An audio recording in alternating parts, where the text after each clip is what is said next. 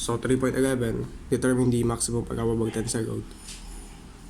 So pag sinabing allowable tensile load, pang ASD na word. Ibig sabihin, kung ASD, ang combination natin is DL plus LL. Pero, pwede natin isolve itong problem through LRFD. Sadyang yung final answer, gagawin na nating ASD.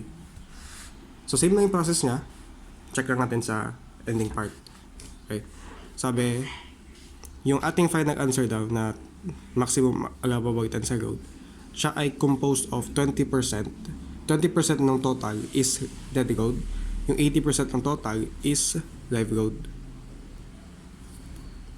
Yung ating section is ito, single C channel 15 by 33.9, nakakonect sa 1/2 inches gasket plate, A36 gamit natin.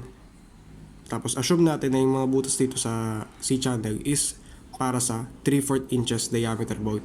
So from 3/4 inches diameter bolt, para maging hole diameter plus 1/8 na yan. Kung ang binigay sa problem is hindi bolt diameter, kundi hole diameter plus 1/16 na tayo. So for manual, ang gross area doon itong C channel is 9.96. Then yung thickness ng web member is 0.40.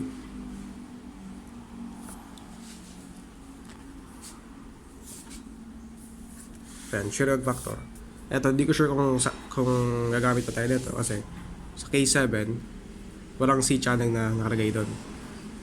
Sa K7 kasi ito nangyari. Sa K7, para sa I-shape, W shape, 0.85 daw. Pero walang C channel doon, so wag naman natin ito gamitin. Case 2 tayo mag-focus. Case 2, 1 minus X bar over L. Itong X bar, nasa Stig manual to. Ang value niya is 0.787, at itong L is based sa figure. Ibig sabihin nito, bolt-to-bolt connection to. Yung first bolt to the last bolt, ano yung distance nila? So, ito 3, ito 3. So, 3 plus 3 is 6. Kaya siya naging 6. So, ang shear load factor niya is 0.87.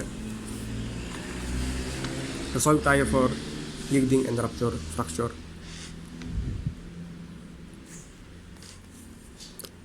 So, yan. 0.90 times gross area times yielding stress. So, sagot is 323.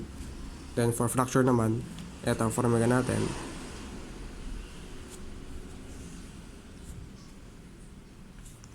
Ito ay 0.75. Shear, diba? A ito. AE.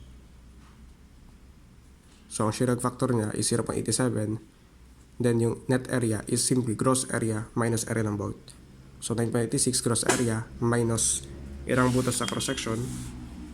1, 2, 3, 4. Diba? 4. Tapos yung diameter na to is 3/4 plus 1/8. Then yung thickness na to is 0.40. Kaya rin dito. Then for the fracture stress, 58. So pipiliin natin is yung smaller value kasi yan yung unang ma-reach ng member. So to find yung nakapili na tayo ng TU na gagamitin natin. So, pagdating dito, ito yung combination natin, 1.2 DL plus 1.6 live load.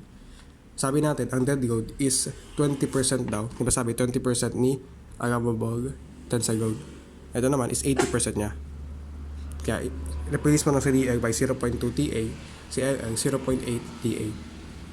Then, ship solve na lang yan, makakuha si TA is 212.5. Ibig sabihin, ang value, itong value na to is eto lang naman.